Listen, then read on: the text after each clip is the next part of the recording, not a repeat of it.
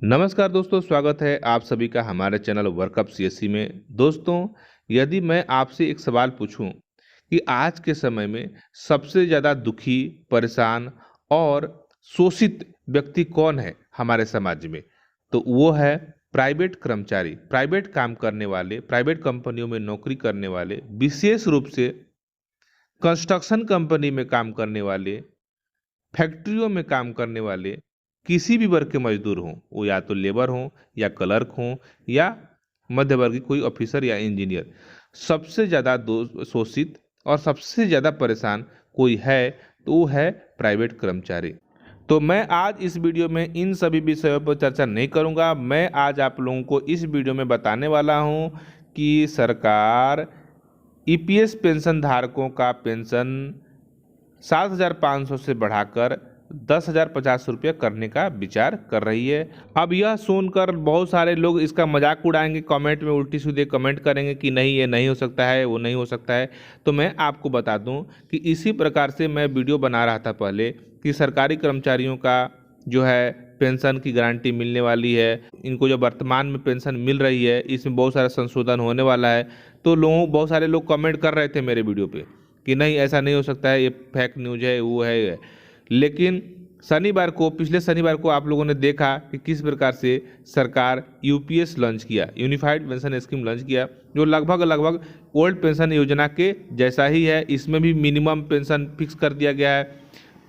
कर्मचारियों की मृत्यु के बाद 60% उसके परिवार को पेंशन मिलेगा। मतलब बहुत सारे फैसिलिटी इसमें दिया गया। सरकार ने संशोधन किया ना, तो इसी प्रकार से अगर कोई खबर मिलता है तो उसमें 100% नहीं, लेकिन 90% तो उसमें सच्चाई रहता है, तभी आपके सामने कोई ना कोई खबर आता है। तो खबर अभी ये है कि जो है प्राइवेट कर्मचारियों के लिए उनका पेंशन में बढ़ोतरी की बातचीत चल रही है, सरकार विचार बना रही है और शायद जल्द ही ये आपके सामने भी देखने को मिल सकता है। तो चलिए हम इसके बारे में पूरी डिटेल्स जानकारी प्राप्त करते हैं कि क्या है खबर। ईपीएफओ वेतन सीमा में संशोधन जल्द हो सकता है और प्राइवेट कर्मचारियों को इसके लिए 10,050 रुपये तक का मंथली पेंशन मिल सकता है। ये बहुत बड़ी खबर आ रही है सामने। तो चलिए इसका डिटेल्स हम जानते हैं कि क्या है इस खबर में, कैसे लोगों को 10,050 रुपये तक मंथली पेंशन प्राप्त हो सकती है। तो कर्मचारी भविष्य निधि संगठन ईपीएफओ के तहत प्रोविडेंट फंड और पेंशन कंट्रीब्यूशन की कैलकुलेशन के लिए न्यूनतम वेजेज सीलिंग जो है वो बढ़ाने का प्रस्ताव रखा गया है। सूत्रों ने कहा है कि वित्त मंत्रालय जल्द ही श्रम मंत्रालय से मिले प्रस्ताव पर निर्णय ले सकती है। सरकारी नौकरियों में यूनिफाइड पेंशन स्कीम के जरिए जरूरी पेंशन सुधार के बाद अब प्राइवेट सेक्टर के कर्मचारियों के लिए भी अच्छी खबर आ सकती है। कर्मचारी भविष्य निधि संगठन ईपीएफओ के तहत प्रोविडेंट फंड और पेंशन कंट्रीब्यूशन की कैलकुलेशन के लिए वेतन सीमा, जिसको वो कहते हैं वेजेज सीलिंग, बढ़ाने का प्रस्ताव दिया गया है। सूत्रों ने कहा है कि वित्त मंत्रालय जल्द ही श्रम मंत्रालय से मिले प्रस्ताव पर निर्णय ले सकता है। श्रम मंत्रालय ने इस प्रस्ताव में वेतन सीमा को मौजूदा 15,000 रुपये से बढ़ाकर 21,000 रुपये करने की सिफारिश की है। पेंशन और ईपीएफ योगदान पर इसका पड़ेगा सीधा असर। सूत्रों के अनुसार प्रस्ताव ईपीएफ अंशदान के लिए वेतन सीमा बढ़ाने का अप्रैल में भेजा गया था और वित्त मंत्रालय जल्द ही इस विषय पर अंतिम फैसला ले सकती है। ईपीएफओ द्वारा मैनेज किए जाने वाले कर्मचारी पेंशन योजना ईपीएस 95 में 1 सितंबर 2014 से पेंशन की कैलकुलेशन के लिए उच्च वेतन सीमा 15,000 रुपये माना जाता है। हालांकि प्रस्तावित बढ़ोतरी प्राइवेट सेक्टर के कर्मचारियों को बहुत जरूरी राहत और बेहतर लाभ दे सकती है। यदि वेतन सीमा 15,000 रुपये से बढ़कर 21,000 रुपये करने का प्रस्ताव का मंजूरी मिल जाता है तो इसका प्राइवेट सेक्टर के कर्मचारियों को भी पेंशन और ईपीएफ योगदान पर कई महत्वपूर्ण प्रभाव पड़ेंगे। जैसे ईपीएस पेंशन की गणना के लिए एक खास फार्मूला का इस्तेमाल किया जाता है, जो आप सभी को पता ही है क्योंकि मैंने कई पहले वीडियो में इसके बारे में बता चुका हूं। ये फार्मूला है औसत सैलरी गुणा पेंशनेबल सर्विस भागा 70। बताते चले कि यहाँ औसत सैलरी का मतलब कर्मचारी की बेसिक सैलरी प्लस महंगाई भत्ता होता है। इसके अलावा अधिकतम पेंशनेबल सर्विस 35 साल होती है। फिलहाल मौजूदा वेतन सीमा पेंशन योग्य वेतन 15,000 रुपये है।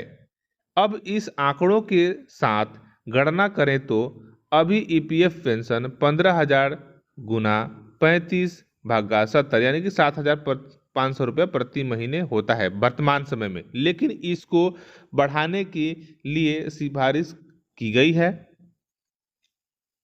अगर वेतन सीमा को 15,000 रुपये से बढ़ाकर 21,000 कर दिया जाए, जो अभी मौजूदा 15,000 रुपये पे सीलिंग लगा दिया गया है कि मैक्सिमम पेंशनेबल सैलरी 15,000 रुपया ही माना जाएगा।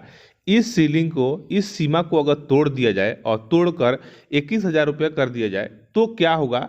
तो ये होगा कि कर्मचारियों को मिलने वाली पेंशन 21,000 गुणा 35 अधिकतम पेंशनेबल सर्विस 35 भागा 70 यानी कि 10,050 रुपये प्रति महीना आपको पेंशन अधिकतम मिल सकता है।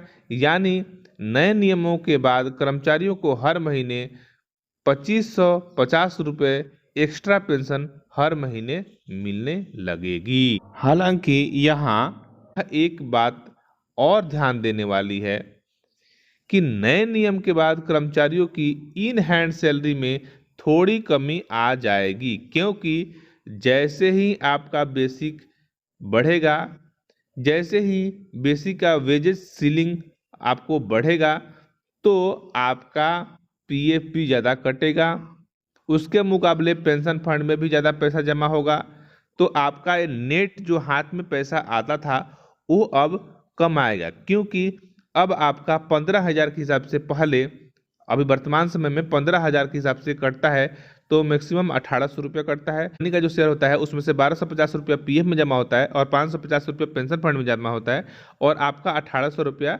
पीएफ में जमा होता है। लेकिन जैसे ही ये 21,000 आपका बेसिक होगा तो उसके हिसाब से अब 21,000 का 12% आपका कटेगा और 12% कंपनी देगी। तो जो कंपनी 12% 21,000 का देगी उस 33% जाएगा किसमें? पेंशन फंड में, और उस 12% में से 67% आपका पीएफ फंड में जाएगा। इस प्रकार से आपका जो इन हैंड सैलरी आता था उसमें कमी आ जाएगी। जैसे ही लोगों के पास यह खबर मिलेगा तो लोग अब इसके बारे में उल्टी सीधे बातें करना चालू करेंगे। लेकिन जरा कल्पना कीजिए कि जिस तरह से सरकारी कर्मचारी काफ़ी दिनों से यह डिमांड कर रहे थे कि उनकी ओल्ड पेंशन स्कीम बहाल किया जाए और सरकार उस पर सिर्फ विचार कर रही थी और उसको इम्प्लीमेंट नहीं कर रही थी। वह भी कर्मचारी अगर हम लोग जैसे प्राइवेट कर्मचारियों जैसे सोचती, अरे ये तो कुछ नहीं होने वाला है, सरकार कुछ नहीं करेगी, छोड़ो इसके बारे में, बेकार है, बेकार की बातें, अगर वो भी इस तरह से सोचते तो आज भी हम लोग जैसा उनका भी हालत बना रहता, वो भी एनपीएस में फंसे रहते और सरकार उनके लिए कोई भी नया स्कीम नहीं लाती। तो हम लोग का जो सोच है ना, हम लोग जैसे प्राइवेट कर्मचारी का जो सोच है ना, वो बहुत निम्न स्तर का सोच है। हम अच्छा कुछ करने के लिए सोचते नहीं है, अगर कुछ अच्छा खबर आता भी है तो उसको निगेटिव वे में लेते हैं। तो ये इसीलिए हमारे ये बुरा हालत आज के डेट में हुआ है। और भारत अगर ऐसा ही हमारा सोच रहा तो शायद भविष्य में इससे भी बुरा हालत होने वाला है हमारा। तो अपनी सोच बदलिए और इस वीडियो को देखिए और ज़्यादा से ज़्यादा इस वीडियो को शेयर कीजिए। और इस चैनल पे पहली बार वीडियो देख रहे हैं तो प्लीज़ चैनल को सब्सक्राइब कर लीजिए और वीडियो पूरा देखने के बाद वीडियो को लाइक अवश्य करें। लाइक देने में कंजूसी न करें, प्लीज़ आप लोग से रिक्वेस्ट है कि वीडियो को लाइक अवश्य करें। और यदि आपकी कुछ सुझाव है तो इस वीडियो के कमेंट में हमें आप सुझाव भी दे सकते हैं। आपकी हर तरह के सुझाव हमें स्वीकार्य है।